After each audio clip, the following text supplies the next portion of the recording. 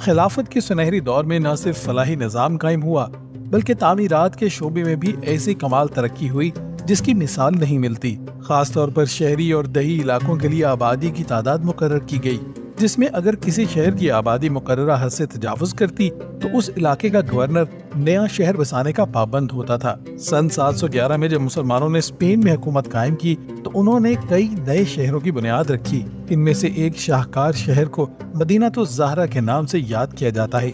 मदीनातुज़ ज़हरा का मतलब है रोशनी का शहर। ये जनूबी स्पेन के इलाके करतबा के शहर अंदलस से 8 किलोमीटर के फासले पर 70 बरस तक कायम रहा। इस शहर का शुमार दुनिया के खूबसूरत तरीन शहरों में होता था और जो भी इस शहर को देखता दंग रह जाता था। इसको मुस्लिम रियासत अंदलस के शहजादे और खलीफा सोम अब्दुर्रहमान ने तामीर करवाया। शहजादा अब्दुर्रहमान ने सन 938 में स्पेन के शहर करतबा के मगरबी पहाड़ी सिलसिले और दरियाए गोदेकोलिफ के दाएं किनारे पर अपनी हुकूमत के दारुल हुकूमत और एक नए शहर की तामीर का हुक्म दिया। इस तारीखी शहर का नाम खलीफा की पसंदीदा खातून ज़हरा के नाम पर मदीनातुज़ ज़हरा रखा गया और 10 बरस के कलील अरसे में इसकी तामीर मुकम्मल कर ली गई और 945 ईस्वी में खलीफा का दरबार वहां मुंतकिल कर दिया गया।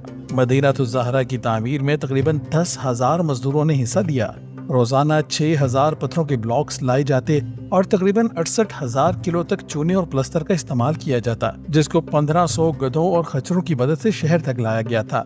इस शहर की तामीर के लिए उस वक्त की रियासत से बहुत से माली वसाइल हासिल किए गए। उस वक्त खिलाफत का सालाना बजट तकरीबन 40 से 50 लाख दिरहम था और मदीनातुज़ ज़हरा की तामीर के लिए इसका 1/3 इस्तेमाल किया गया। मदीनातुज़ ज़हरा की तामीर के लिए वक्त के बेहतरीन कारीगरों को जहाजों, महराबों, राहदारियों और स्तूनों को सजाने का काम सौंपा गया और सफेद संगे मरमर पुर्तगाल से लाया गया था। जामनी रंग के चूने के पत्थर करतबा के पहाड़ी सिलसिले से हासिल किए गए। मदीनातुज़ ज़हरा को 3 सतहों में तामीर किया गया। सबसे ऊपर खलीफा वक्त अब्दुर्रहमान की शाही रिहाइशगाह को इंतहाई महारत से की गई कशीदाकारी से सजावट और शानदार स्तूनों के साथ तामीर किया गया, जहां एक बड़े और ऊंचे दालान से खलीफा पूरी शान शौकत और जाहो जलाल के साथ शहर पर नजर रख सकता था और दूर तक देख सकता था।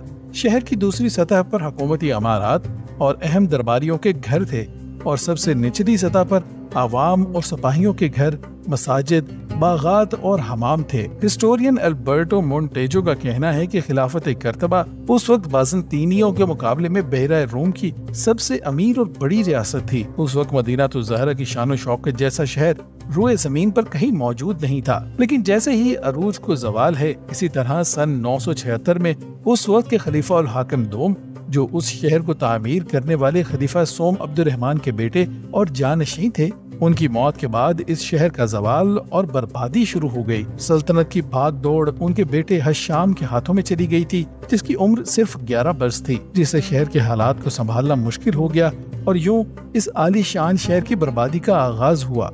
अंदरूनी और बैरूनी साजिशों में घिरी सल्तनत गिरने लगी। उस शहर को बुरी तरह से लूटा गया।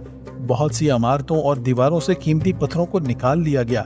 रफ्ता रफ्ता ये शहर गुमनामी में चला गया और ये गुमनामी सन 1911 तक जारी रही, जब पहली बार इस जगह की खुदाई की गई और इस असातीरी शहर के खजाने दुनिया के सामने आए।